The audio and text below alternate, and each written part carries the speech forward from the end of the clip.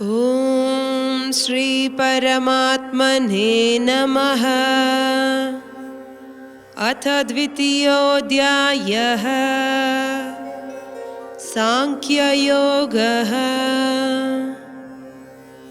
ಅಧ್ಯಾಯ 2 ಶ್ಲೋಕ 39. ಏಷಾ ತೇ ವಿಹಿತಾ ಸಾಂಖ್ಯೇ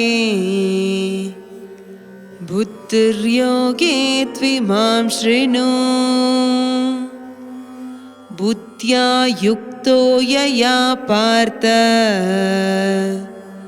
ಕರ್ಮಬಂಧಂ ಪ್ರಹಾಸ್ಯಸಿ.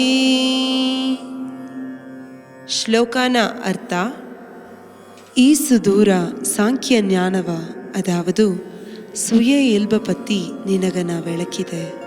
ಓ ಅರ್ಜುನ, ಈಗ ಒಳ್ಳಂಗ ಗೌಂಚು ಮುಂದೆ ಏಗಿದ ಜ್ಞಾನವ ಎತ್ತ ಅಡಂಜೋದು ಎಂದು ಏಗಿನೆ.